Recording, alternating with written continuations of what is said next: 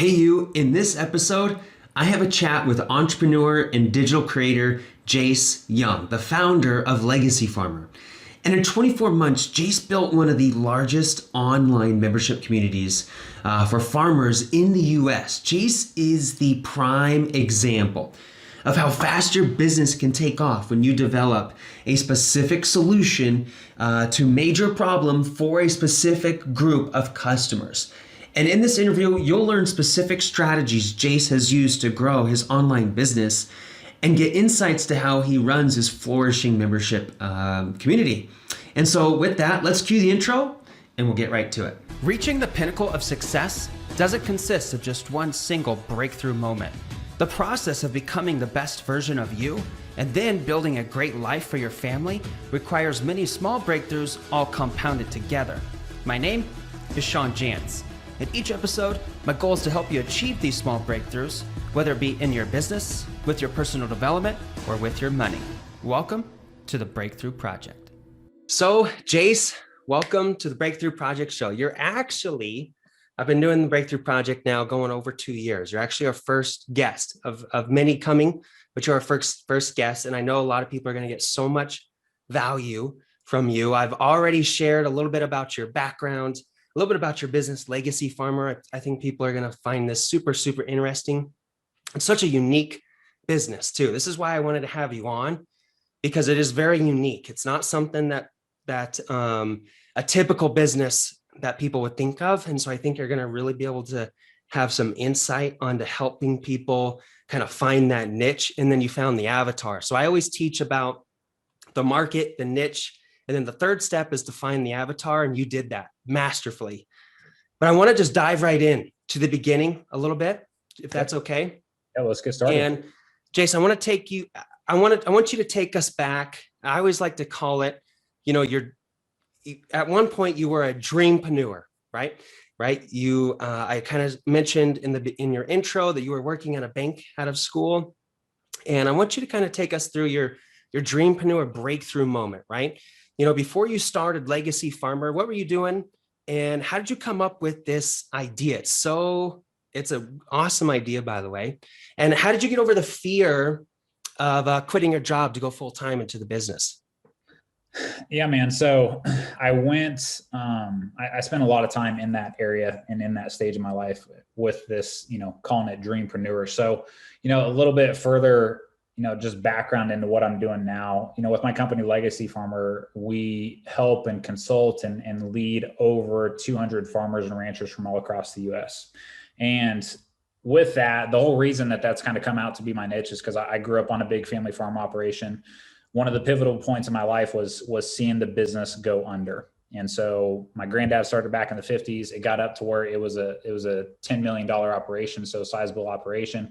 My dad, all of his brothers and sisters were involved in it. And unfortunately, summer of '05 is when everything came crumbling down. And then once that happened, I took the typical journey that everybody else does, went to school, got a degree.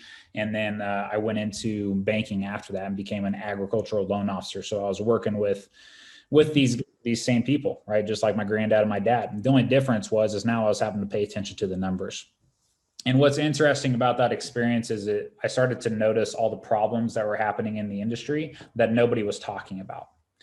And so it was literally in about mid 2015, I'd been in the bank for about 4 years at that time, to where the thoughts started to creep in, because I was limited on what I could do there. I was limited on what I could say. I was limited on really just the actions I could take to really help in the industry.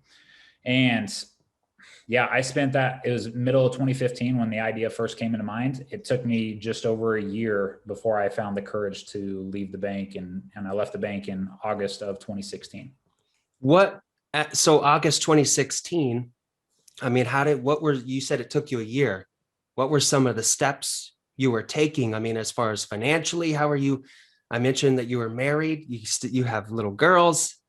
And so a lot of my audience are right in that stage where you were in 2016. So were you saving money? Were you basically taking a year of to get your financials in order, or what was it? Was like, okay, I'm ready to quit. Yeah. So everybody wants to have a game plan. right? I wanted to too. I was like searching for the ultimate game plan where I could confidently leave the bank and have it be as easy a road as possible. And the hard truth is there's no easy road. And I think you know that too. Like there's literally no easy road. You're going to have different things come up and different challenges and just different things that you would never expect and just because you haven't fully committed to the journey yet. Right. So what I started doing back in 2015 was I started journaling a lot. I started going into this whole new world of like analyzing who I was and what I wanted and what I was capable of and things like that. Meditation became a thing for me back then as well, which was kind of interesting because you grew up in Western Kansas just like I did. That type of stuff is weird out here, right? There's nobody in Tribune, Kansas that's going to be meditating and stuff like that. Yeah. Yep. So, I just started that probably 2 years ago myself. I was a closet meditator, meaning I would do it in the closet so my wife couldn't see me because then she'd make fun of me. Yeah. And I call it mindfulness. And I take 10 minutes of mindfulness because I feel like that's a easier word for people than meditating. I think people go, that's a little weird, but you say 10 minutes of just shut your brain down for 10 minutes a day. It's basically what I say. Yeah. And then so at that time, I also had a little notebook that I started carrying around with me and that I would journal in when I noticed, thoughts after meditation. I would also carry it into the bank with me. And it was my journal for one, keeping track of what I needed to do for the day. But then two, I was just really analyzing what was going on up here. And what's interesting, everybody in the bank was like wondering, what's this booklet that I'm carrying around? Like, and nobody ever got to see it. Right. But that book, I actually just came across it the other day. And what's crazy, man, I'm going to tell you this, like what's crazy is there's a check in the front of that. And I wrote a check to myself for $1 million and it was dated like December 31st, 2019. Not even joking with you, Sean. Like I just came across that the other day. So total revenue? Huh? Yeah. Just whatever, $1 million, whatever it is, right? By the end of 2019, I would have written that back in 2015 and completely forgot about it. So it's that was a whole nother kind of awakening thing for me. But yeah, that's what I started to do. I just went to work on myself. As far as financially getting prepared, I don't know how much I believe in that because no matter what business you jump into, when you jump into the world of being an entrepreneur and being solely responsible for your income, it doesn't matter how much money you have in the bank, you're going to feel like you're broke. You're going to all this weight and this emotions and all these things are going to come over because you left a safety net. You left that into the world and you jumped into the other. And now you're in the sea and you're trying to figure out, how do I tread water here? Yeah. And so let's dive a little deeper into Legacy Farmer.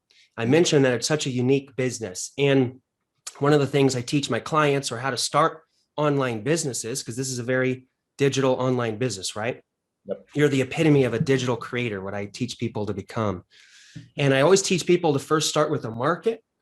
And once you got your market, you go to your niche, right? And then the third step, which is it's the most important step, you pick your avatar. And you have done this masterfully. You got your market, you got the niche, and then your avatar are farmers. Yep. And so explain to me a little bit how you decided to choose that avatar and what are the products that you're offering these farmers? Yeah. So the way I chose the market and ultimately like followed your process down there to the avatar was first figuring out the problem, because discovering the problem, finding the problem in the industry, that exposes the market. And then find the problem, you speak the problem, right? You start talking about it and messaging about it and marketing about the problem. Becoming a thought leader of that problem and becoming a thought leader of, like, hey, I have a solution, right? Yeah, it just funnels everybody else down to where you find out exactly who your avatar is, because your ideal avatar is going to respond to that problem that you're talking about. But that's where it all started for me. And I saw the financial problems in the bank. So I grew up on the farm. I knew how to work on a farm and do all that stuff. That's what I grew up doing. But then once I got into the bank and started seeing the finances on the farm side of things and understanding what mistakes my family made and why we lost the operation altogether, that's where everything came together for me. And that's where the biggest problems were exposed. And then I just started talking about it. I started saying stuff and talking about it and really getting this thing up and going. Yeah, because I mentioned in your introduction, you have a very flourished podcast. Yeah. And you're a podcast machine. You put out 2 to 3 episodes a week, right? Yep. And so I'm sure you were able to, and you're speaking very directly to farmers. And when you get your avatar, I'm sure all of these farmers are like, whoa, legacy farmer, right? I got to listen to this. And so I'll touch on a little bit, because some of my coaching clients, they get the market, the niche, and the avatar, but then they struggle with, okay, an online business, what products do I create? And you decided to go the membership route. How did you decide to do that, and why?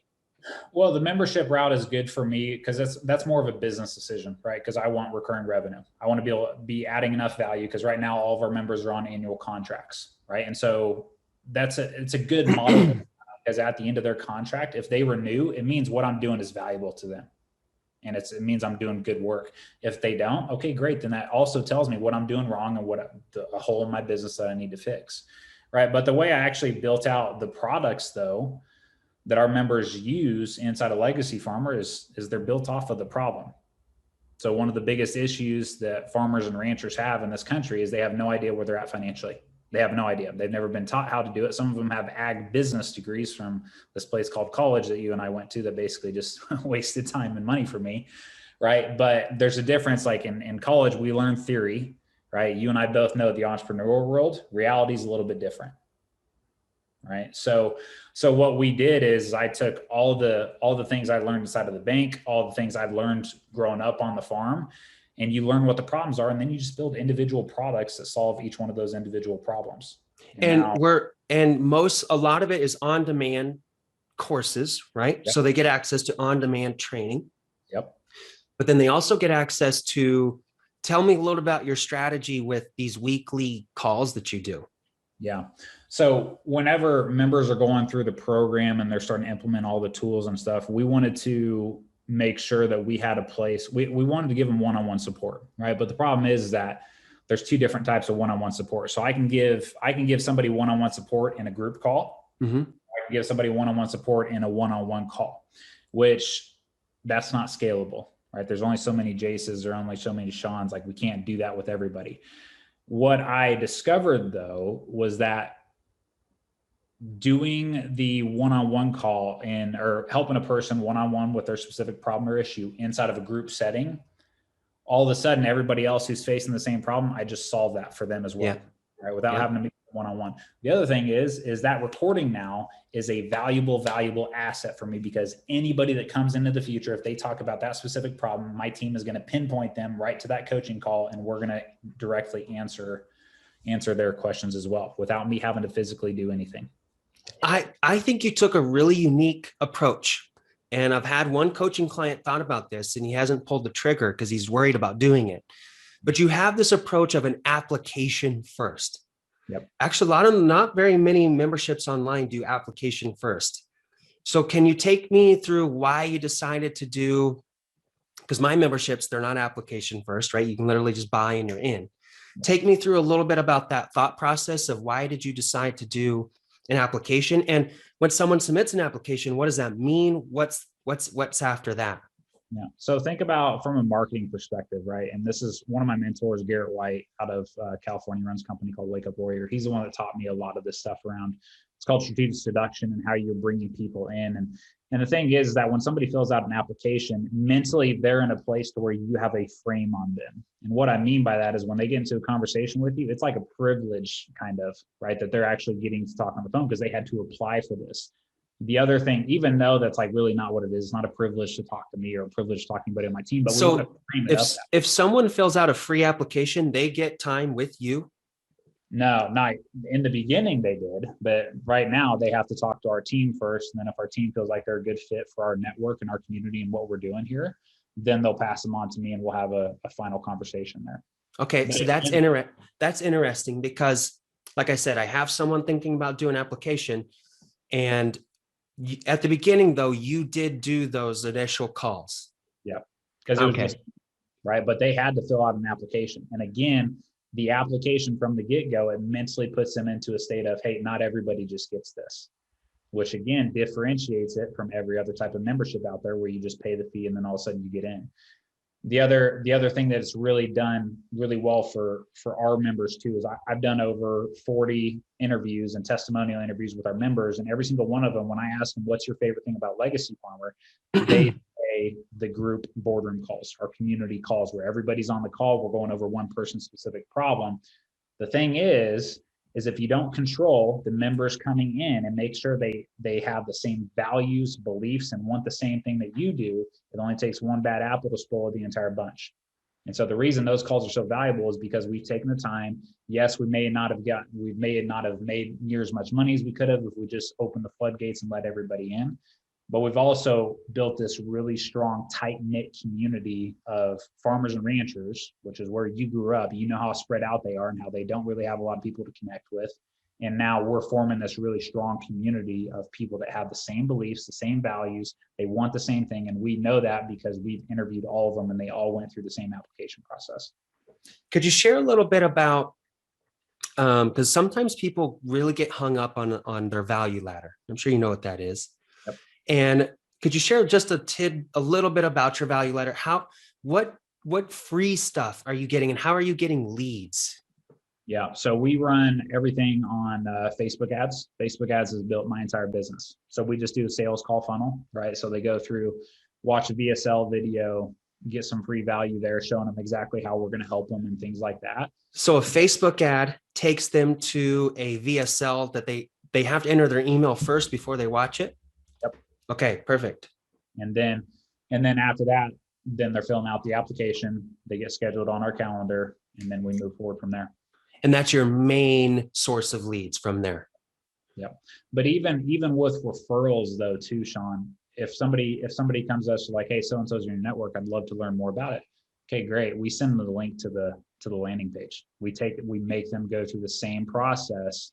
That way, when they come in here, they're coming from a place of, hey, these people are going to lead me. Not everybody gets to be a part of this because not everybody does. We've kicked people out before that just ended up not being good fits. We refund them all their money, which is we charge a sizable investment to be involved in our networks, and we get them down the road because what I'm concerned about is building this tight knit community so that I have people renewing year after year after year because of how valuable we're making it. And I'm glad you actually mentioned Facebook ads because I get this. I use Facebook ads. They've actually been very great for me, but I get a lot of people who are skeptical. Could you share a little bit about, what's your best advice on Facebook ads and I guess, what type of ad are you creating? Are you creating a video? Are you creating, I'm sure you kind of know where to take that. Yeah, so I do both, right? So I do pictures and videos. But the thing is that a majority of people, when they look at Facebook ads, how many of them are very controversial? Not very many. Not very many, no. With mine are pretty controversial, and it's that way for a reason. And you will get I get a ton of crap talkers on my ads. Some of them have thousands of comments where people are just, belittling the heck out of you. But the thing is, more engagement, the better, right? That's what they don't understand is that they're actually they're saving. So this is actually super interesting. I've actually haven't heard this a whole lot.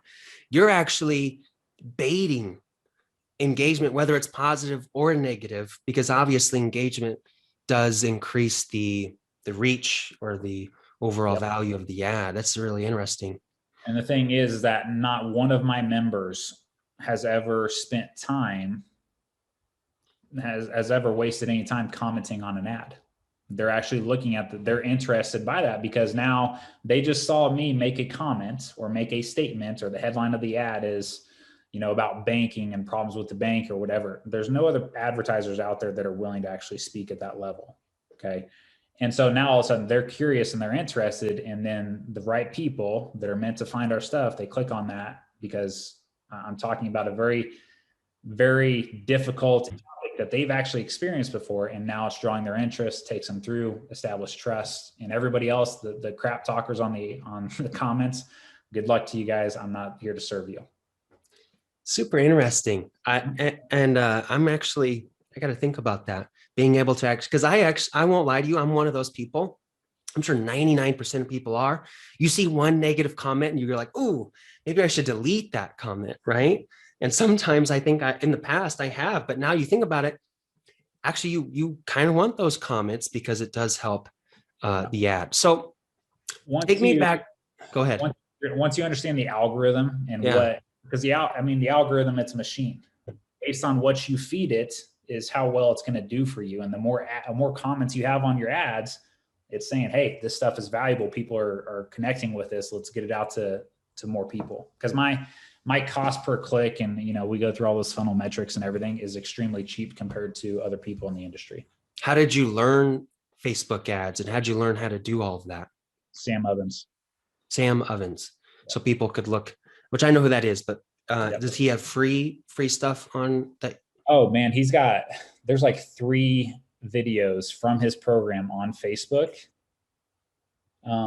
just on YouTube, just on Facebook ads, and it's gold. It is absolute gold.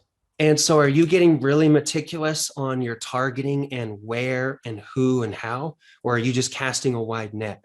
Yeah, so I am pretty meticulous, but in his program though, it shows you how to find the right people with the right interest and stuff like that. But then after that, man, it just becomes testing. Like what people need to understand when they start jumping into this is, like, there needs to be a certain pot of money, whether it's $1,000, whether it's $5,000, whether it's 10 grand, to invest this money to test out a bunch of different topics, a bunch of different interests and targets across my audience, and find the ones that work. But a majority of people, they're too scared to even do that.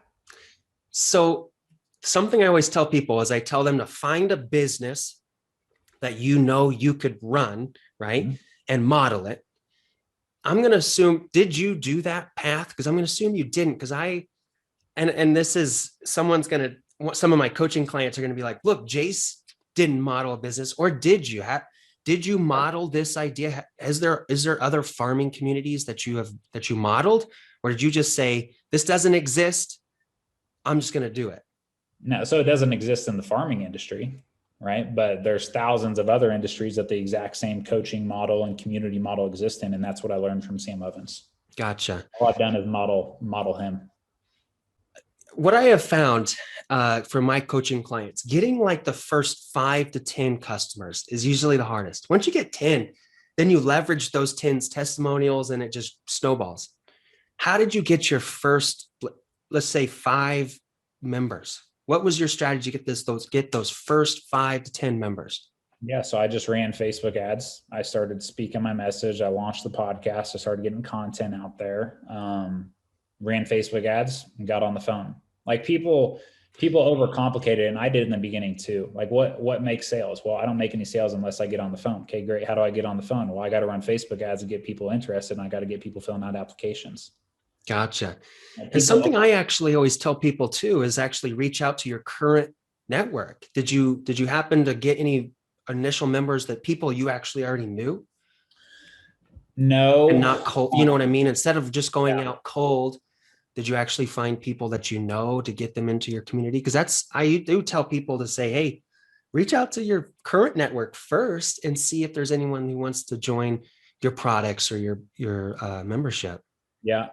And I definitely could have done that, but I actually went straight to Facebook ads. And part of that too, and a lot of people are going to agree with this or at least resonate with this, is because, like, my current community, I didn't have the belief yet in myself, Sean, at that time. Like, I didn't want to be reaching out to people from my hometown or people I knew, just because they're going to have a certain perspective on me that somebody else in North Dakota or California is not.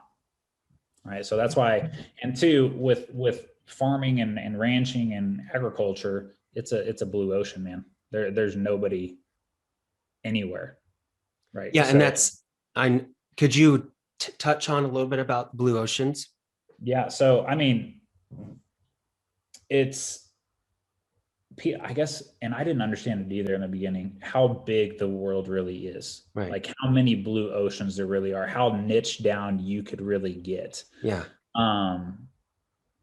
And that's like, people just need to understand how big the world really is and how valuable some of the, like, Facebook ads, for example, the level of detail that you can get on those things and how the exact type of person that you want to target. They make it so stupid simple to be able to do that. People just what holds people back is their belief to actually speak and say what they really want to say in order to even get the person in the first place. But people that have tried to launch Facebook ads or whatever it may be, all of them are too nice in the Facebook ads. That the ad is talking about getting a result or getting a desired outcome or whatever it is. Whereas mine is like, hey, is how the bank's screwing you over, right? How's it feel like when you go home at night and you're staring at the ceiling, wide awake because you don't know if you're gonna be able to pay your mortgage this month. Yeah. And Garrett White said this to me one time. He goes, Jace, very few people are willing to speak publicly about the level of the problem that they are trying to fix, which was just mind shifting for me, because here's the deal. If I don't speak about my problem, that's that many more divorces that happen inside of the ag industry. It's that many more suicides that happen inside of the ag industry. I know what's really going on behind closed doors with these people because I grew up in it. Like, I know the arguments that are happening over finances, over working too much, over, all the uncertainties. So that's the stuff that I talk about in my podcast. That's what I talk about. And that's the true stuff. It's the dark stuff that connects with people. I like that. I like it a lot. You get more raw, right?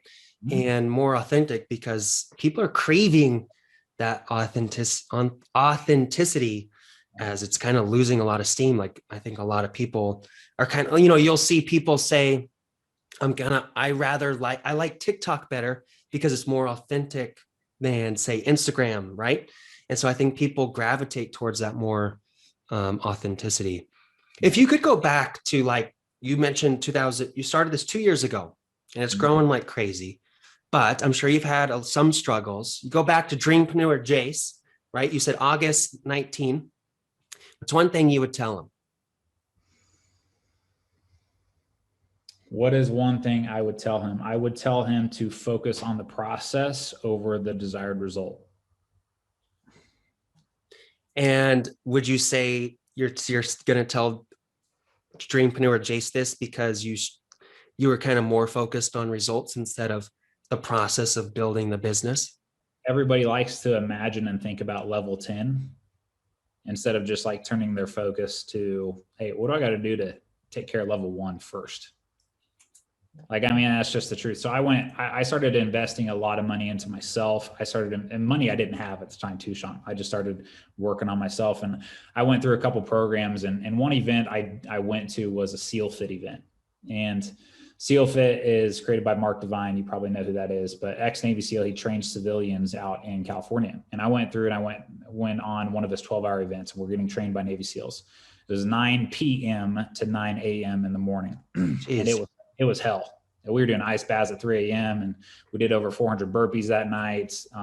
It was SEAL Fit. Yeah.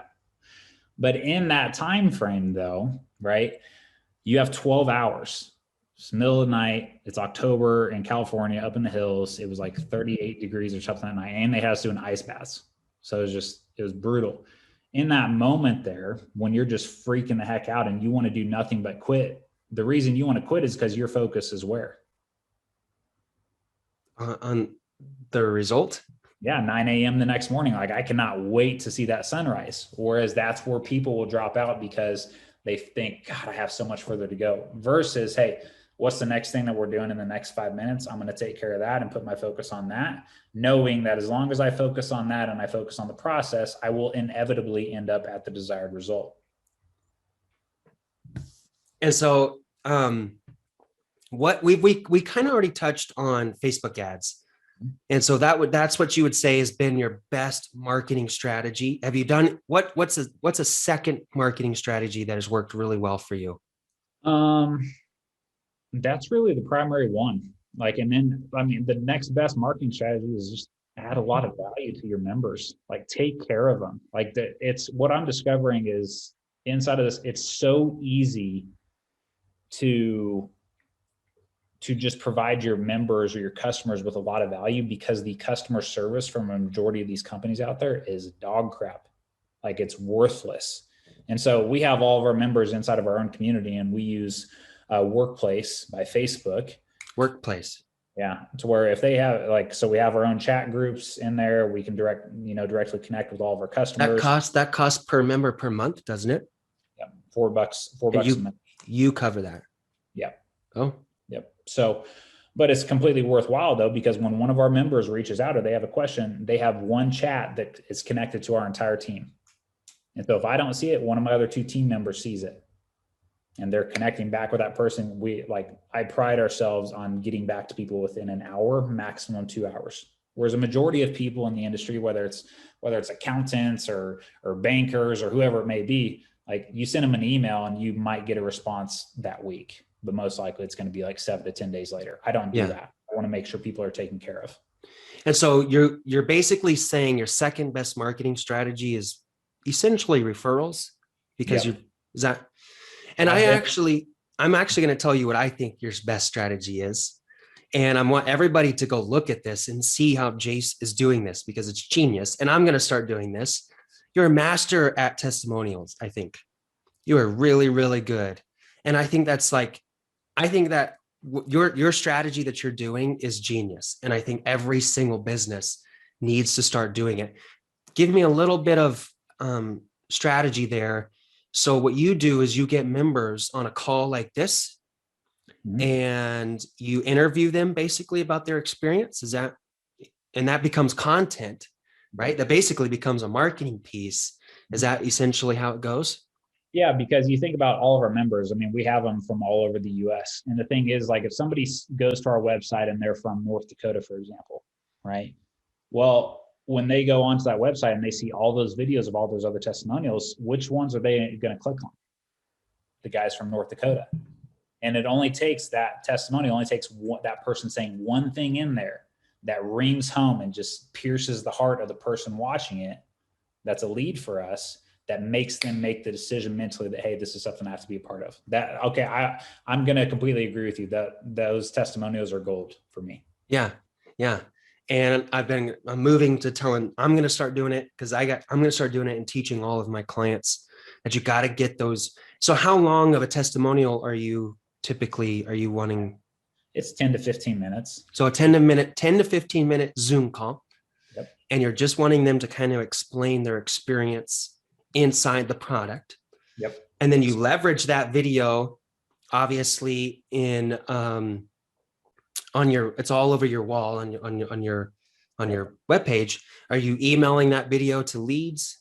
Yep. So when people opt in to see our VSL video, all they get is just literally, I don't send the email, like marketing emails around how to do this or how to do that. I just say, hey, like, here's so-and-so from North Dakota. This is the problem that they had. This is what we helped them solve. Here's their results. So I am an active campaign agency partner, and I'm putting together a lot of email marketing content. Email marketing has been the lifeblood of my business. Yep. Would you say that is a true statement for you on how important getting emails are? Yeah, you got to think about the person here, because every time I get my phone dings or whatever it may be, I mean, I need that. I need, looking at this from the perspective of my leads, like every time they open their email, I want there to be an email from Legacy Farmer about a result that we got one of our members, so they can go in there and they're just seeing proof over and over and over and over again. Touch on that strategy a little bit, because a lot of my coaching clients, I'll tell them, you need to be emailing 4, 5, 6 times a week. And they go, whoa, I mean, I'm going to be bugging people. But that's typically how often I email people. How often on a week are you emailing? And what is a nurture sequence? Because this is what we help people build. We help people build nurture sequences. What does that look like for you? And how often are they getting emails from you and Legacy Farmer? Yeah, so we send out 4 to 5 a week. But 4 to 5 a week. Yeah, but what our members are getting though, Sean, is just straight proof. I want, eventually one day when people go to our website, I want us to have 500 testimonial interviews on there that just scream arguable proof that what we're doing here works and that people are getting value from it. And this is why they need to be a part of it too. It's such a great, just how simple, right? Oh yeah. 5 times a week, send proof to your leads that this works 5 times a week. How simple. Such a great strategy. I love that. And it's like, hey, if you want to sell more product, then just send your leads that the product actually works on what you're selling. How simple. But there's so much just internal stuff that people have to go through too. Like to get into the point where even asking members for testimonials, right? There's an Yeah. internal thing there where you kind of feel guilty for even having to ask it, but at the same time, you need to ask it because it also builds your internal belief at the same time and helps you see the value that you're adding, which makes you want to take it that much further. Yeah. And here's actually a really good tip. What I coach people, I had someone say they were, well, they told me they're a little nervous to ask for testimonials. And I said, boom, that's a problem. That's a problem on you. That Yeah. is a statement on you saying you clearly know in the back of your head, you haven't done quite enough. If you know that you've overpromised and over delivered, you should have no problem asking for that testimonial. But if you're just a little bit iffy, that's a knock on you saying, whoa, then maybe you're a little unconfident on the value that you're providing to either your member or the product that you sold. You agree on that, right? Yeah, and it may not even be that that there's two sides to that, right? You may not be providing the value that you need to be, or two, with me, the situation was I was providing the value, I just didn't have the internal beliefs that I was. And it Gotcha. took me hearing it from them saying, "No, this is like the best investment I've ever made." So you're 2 years in, business is going good. What though right now would you say is your biggest challenge? Biggest challenge is not revenue. It's not bringing in new members. Biggest challenge is really determining how big I want this thing to go, or if I want to keep it small.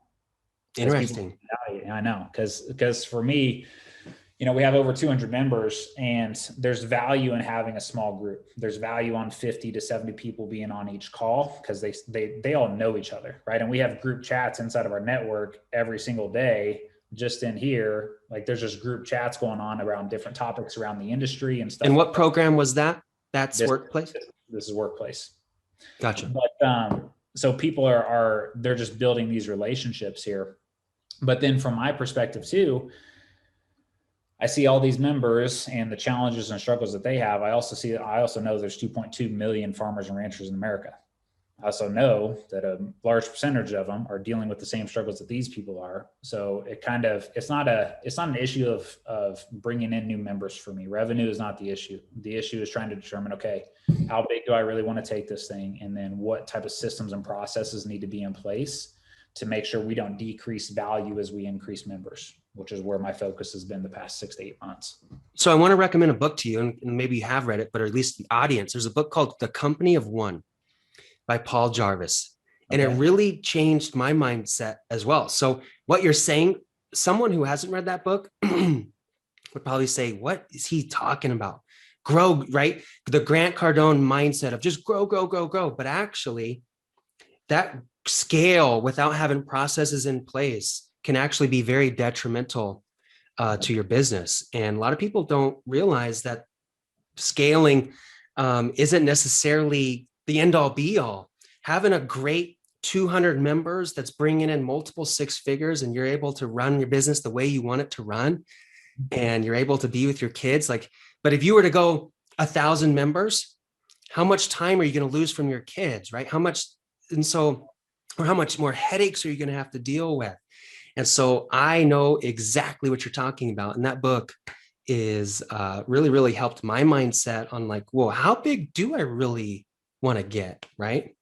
Well, and the thing is too, I look at like what other people are doing, and I learn from my mentors and the groups that I invest in. But both of my mentors, I'm in Sam Ovens' group, and then working with Garrett White for a couple of years that I did. Garrett White scaled.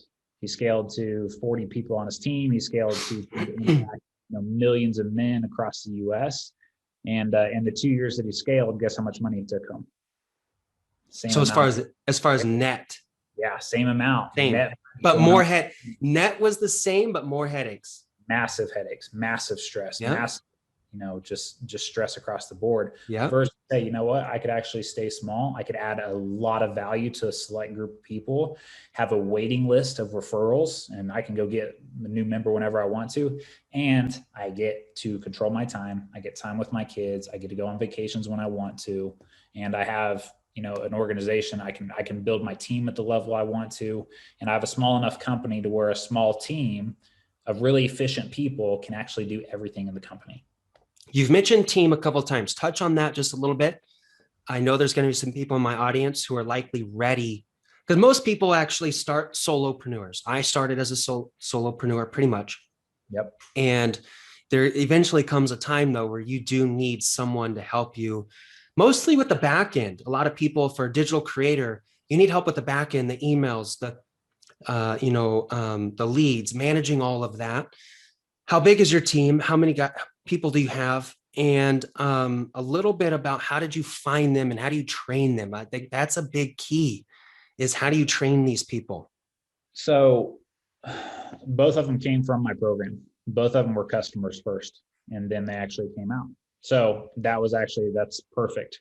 Just if you need a team member and you've been doing this for 3 to 4 years, email blast your whole list, because these people know you. These people know your business. I've said the exact same thing. Just email your list and be like, hey, I'm looking to potentially bring somebody into our company. You've been on my list for 3 years. You know what I'm about. So genius. So keep going, because I love that idea.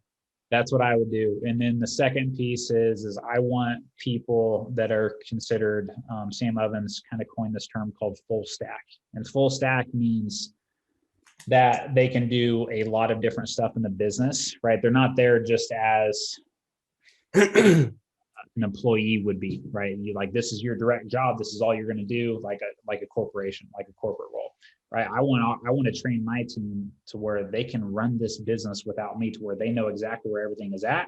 They know how to do the marketing, to the sales calls, to the onboarding, to the fulfillment, and every step of the process in between. And we spent about 3 months last year just building out workflows for every angle of the business, organizing Google Drive, getting stuff categorized, and knowing as a team, knowing where everything is at. So I went on vacation in October last year, was gone for a week, and my team of 2, very talented, very on point people said, yeah, I didn't even really feel like you were gone, honestly. Because you made one statement there: get a team that they can run the business without you. That's a really great statement. What type of tools, software are you using for your team? Is your team local there with you? Are they remote? So what type of tools or software, like Asana, Trello, or something like that? So both the people that are on my team, I've never met face to face. So Joni is in Nebraska, Andy's in South Dakota. So as far as communication, our entire business is organized on Google Drive. So Google Drive? Yeah, that's what we utilize for all the workflows that we do, all of the members' information, and just important legal documents. Team chat is just in Workplace, right? So we utilize that tool. And then we also utilize Voxer. Have you heard of Voxer before? I have. It's basically a walkie-talkie. Yeah, dude, that's gold for us, because we have our group Voxer chat. That way, when there's something that we're working on really quickly, I only have to say it once and they're both responding. I mean, we have 50 to 100 messages back and forth on Voxer every single day, but it's open transparency on the communication. That way you're not having to individually tell each person in your team. Everybody hears it. You're able to see exactly when they played the message. Like you're so much more efficient as a team. Take me through a typical day in the life of Jace. What I already mentioned, you're a podcast making machine. Those are not easy to make. You got to get it recorded. You got to get it edited. You got to get it uploaded. If no one makes a podcast, it's actually a lot of work. And then you got a lot of members. I run a membership too. So a lot of people say, oh, it must be nice, Sean, you don't have a boss. It's like, well, actually I have hundreds of bosses, right? You know what I mean? You're laughing because you know exactly what it means. Exactly. And then you have kids, you have a wife. How are you finding time for everything, I guess? Yeah. So in the beginning, man, the first year of running Legacy Farmer, it was chaos. Was chaos. So just basically messy. Yeah, 100%. Okay. Before you can systemize anything or get any type of structure in place, you first have to create chaos. All right. You have to, that is the only way to find something that works efficiently. It first got to be chaos, right? Yep. So it was in chaos all 2019. And end of 2019, hired on 2 team members. And then 2020 was cleanup year. 2020 cleanup year. Yeah. Going through, getting systems and processes in place for everything, realizing what's working and not working, training them and leading them. And that took me about 6 to 8 months of really hard work. A day in the life of Jace now is like, I get to do what I want. I take my daughter to school at 8 o'clock and go into What time do you wake up? 4:30. 4:30? Yeah, because dude, 3 kids, man. So I wake up to have peace and quiet in the morning, to be able to drink some coffee. I do a couple hours of reading. I kind of do my me time in the morning. Okay, because that is a question I was going to ask. Where do you find time for that personal development? So 4:30 in the morning. Okay. And what time are you going to bed? About 9. So take a little bit. Sorry, I kind of cut you off. Can you keep going into your morning routine? Because I know everybody loves hearing people's morning routines, right? So I get up and I do that. And then, girls start getting up about 6:30 or 7. And then we got to get them around, get them ready for school. So you have 2 hours pretty much, where most people wake up around 6:30. You're already got 2 hours worth of reading, some personal development, probably some videos, answering emails. Yep. Yeah. And I don't do no tech stuff in the morning. Typically it's me. Yeah, it's just me reading and just quiet time. Quiet time for 2 hours in the morning. Yep. I like it. So, and then get the girls up, get them rounded up. And then I take my daughter, one of my daughters, to school at 8 a.m. every day. And then jump over to my office. Mondays, we have team meetings to where we get just kind of game plan for the week, what needs to be done, what needs to be fixed. And it's just projects that we're working on. And then Tuesday and Wednesday mornings, I have community boardroom calls with all of our members. And then basically for the afternoons, it's really sales calls sometimes. But ultimately, man, like my 2 team members, I've bled into them so much over the past year. Sean, I've created a lot of freedom for me. I get to do what I want to do when I want to do it. I have somebody that edits my podcast for me. My podcast runs now Monday and Thursday. I have no idea what the episode was yesterday. I don't know. Because I would have recorded a long time ago, uploaded it, and they have all that set out there. Okay, Gary V. It's just true, man. And honestly, I hope people are hearing this and realizing how quickly your life can change in 2 years when you get your shit together, basically, right? Yeah. And you have to first have the courage to experience chaos in order to find that ideal perfection. And I wasn't in chaos just for a year, man. I left the bank in 2016. I was in chaos for 3.5 years. I was in chaos, like trying to figure out the messaging and what we do in Legacy Farmer. The message for it is so powerful. There was so much internal work I had to go through in that time to believe that I was the man that was supposed to lead this movement, to believe that I was the one that was supposed to step up and take a stand for these people. And so that's where a lot of it was just like, people were waiting on me. Yeah. And I always say your business should feel like a calling. You know what I mean? Would you say you kind of felt that? Yeah. Like, it's almost like this was my calling to do this? This thing is not profit driven. And you get into our community calls and you start hearing about the results that people are getting, but also about the problems that they're going through. This is purpose driven, man. There's no other reason. I've really will segue just quickly. I've really gotten into health and nutrition. I work out every day. I know that in your, at least in the past, I know you were really into that. How are you taking care of you obviously look like you're in great shape for a middle-aged dad. And so how are you taking care of your body? What type of foods do you eat? And how often are you working out? What type of workouts are you doing?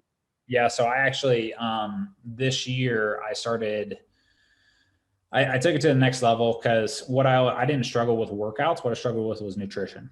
So I work one-on-one with the owner of the CrossFit gym in Hayes, where we live. And so 3 times a week, we're doing one-on-one sessions in the morning, but on a daily basis, I have to send him my MyFitnessPal from the day before and my weight. So you got an accountability basically. And all my biggest breakthroughs, and this is what I want everybody that's listening to this to hear as well. My biggest breakthroughs and stuff, my biggest areas of growth in my life have come from having accountability or investing in a mentor or somebody to help me along the way. There's no way around it to me. And yeah, I've always said it's the quickest shortcut Find somebody who has what you want and go learn from them. Just get in their proximity, and that energy will bounce off of into you, right? You will inevitably become that. And it goes back to the age old saying, you're the average of the 5 people you surround yourself with. Mm-hmm. Yeah. Surround yourself with new people. It's inevitable. It is absolutely inevitable. What is your nutrition truth, I guess? What would you say, the types of foods you eat? What do you feel like is your best nutrition advice? Yeah. So what we do with like CrossFit and stuff, we just track macros. So we track total proteins and carbs and fats that you consume for the day. So where that gives me some flexibility on the nutrition side. When it comes to being a business owner, you know this as well as I do, when things are stressful and you're going through that chaotic time, especially having babies at home, running a business, being fully responsible for, super easy to start drinking beer, drinking alcohol, like whatever it is, like whatever your drug is, all of us have it. We have that something there to numb us out and kind of help us chill out. Getting away from that stuff is going to be like, that's the type of stuff that held me back from fitness wise, where I wanted to be in the first few years. A lot of my audience are around the same age as us, right? And most of them are married and have kids and trying to build businesses. I've always said it's one of the hardest things I think a human can ever go through, especially a father, right? Trying to build $1 million business at the same time, trying to maintain a great, healthy marriage. And then at the same time, trying to find time to be with your kids and have that relationship with them and go to their recitals and everything at their school. It is very hard to spin those 3 plates: business, marriage, kids, right? That's why the United States is one of the highest divorce rates, because it's so hard to those 3 things are hard. You're clearly doing it good, right? And I think you've already kind of touched on it. I'm going to assume you're going to talk about the team, but what's your best advice? How are you and your wife been able to find and I don't believe balance is a bad word. I don't really like that word, because it is almost impossible to achieve balance. But what's your best advice for people who feel like they're really struggling spinning all 3 of those plates? The biggest problem here is that, like, with me going through this, obviously I felt this heavily. So when I left the banking industry, my oldest was just about to turn 2, and then we had a 3-month-old, right? So we were right in the middle of it. Where I see people trip up the most is that they think there's some secret solution. They think there's some end result there of, oh yeah, there's perfect balance you can achieve and you can have it all at the same time, and every area of life be great. Yeah, you may have certain instances where you do experience a week or a month or 6 months where life is really working. But guess what? The next curveball is going to come, right? So what's really helped me the most was just to sit in the chaos and understand that the world operates in chaos, and we get to choose whether or not to find peace in that chaos. But as well that, like, with kids now, there's a number of different variables that could come into your day to take a perfectly great day and completely screw it up. What's your favorite quote? Sometimes progress isn't measured by ground gained, but losses avoided. Is there someone who said that? Keith Cunningham. Keith Cunningham? Can you repeat it? Sometimes progress isn't measured by ground gained, but by losses avoided. Can you tell us a time on why this, or when this quote has really hit home for you, and why it's so meaningful? I've actually never heard it. Love it, by the way. It is. I'm posting on Instagram tomorrow, probably. Can you tell us a time on when this quote has really hit home for you and helped you? Because just like building this business, okay, so I struggled for a long time trying to save money by not investing in mentors or other programs or people to help me along the way. And the thing is that the people, the ultimate value from them is not in telling you exactly what to do. It's in telling you what not to do. So I got you. So they're basically trying to help you not make these significant mistakes, right? Yep. Because these significant mistakes can easily derail you and keep you from building what you're meant to build. Not what to do, but what not to do. But what not to do. And I look back at how much I've invested over, $250,000 the past 5 years, just in different mentors and different programs and stuff like that. And the biggest piece of value there is that I've taken from all those. Yes, all of them gave you tactically what you should do. It's in learning what not to do. 250,000 in mentors. That is super impressive. And I'm sure the return on that, right, is greater than putting 250,000 and just leaving it hold in Bitcoin or something like that, right? Yeah. Because I've always obviously I'm in the stock market space, but people will always tell me, Sean, because, people will always say, what's the number one investment I can make right now? And I said, yourself, right? Nothing has given me a greater return than me going to a seminar or purchasing a course. Nothing has given me a greater return than investing in me. I'm definitely not 250,000. That is so impressive. Perfect. How do people get more connected with you? What's the best way to either follow you, your podcast? Yep. Yeah. So podcast is on iTunes. So it's Legacy Farmer, the podcast, pretty simple. And then legacyfarmer.org is the website. And then you can just find me on Facebook too. If you just search Jace Young, and you'll find my Legacy Farmer page there. Perfect. And what's your email in case anybody ever wants to shoot you some questions about their business? Jace@legacyfarmer.org. Perfect, Jace. Hey, I loved it. I knew you'd be freaking awesome. I've seen you. I've seen your journey. You're a completely different person. So I've seen that 250,000 at work. So tell Rachel, or tell your wife that the 250,000 has definitely worked. Because I'll tell her that. So awesome, man. Thanks so much. Okay, thanks, man.